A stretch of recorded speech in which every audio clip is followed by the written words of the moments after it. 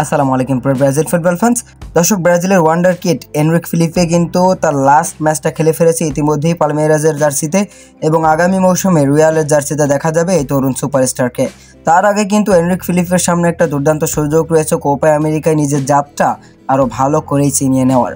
মূলত Enrique Philippe যখন আসলে পালমেইরাস থেকে তার শেষ ম্যাচটা খেলে ফেললো এবং তিনি মাঠ ছাড়ার আগে যে পরিমাণ তিনি কান্না করেছেন, কেননা দীর্ঘ 10 বছর কিন্তু তিনি পালমেইরাসের সাথে যুক্ত হয়েছেন এবং পালমেইরাসের জার্সিতে এনরিকের অনেক ট্রফি জয় আছে।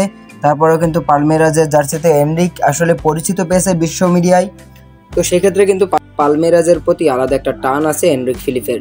তো সেই টানের কারণে কিন্তু এনরিক ফিলিপে তার লাস্ট ম্যাচ খেলার পর কিন্তু প্রচুর পরিমাণে কান্না করেছে।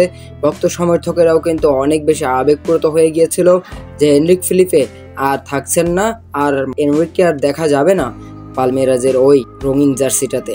মূলত এনরিক ফিলিপে আগামী মৌসুমে রিয়াল মাদ্রিদের জার্সিতে মাঠ মাতাবেন। তাই তো এনরিকের জন্য অনেক বেশি শুভকামনা রইল যে এনরিক ইউরোপে এসে যেন নিজের যাত্রা আরও ভালো করে চিনাতে পারে।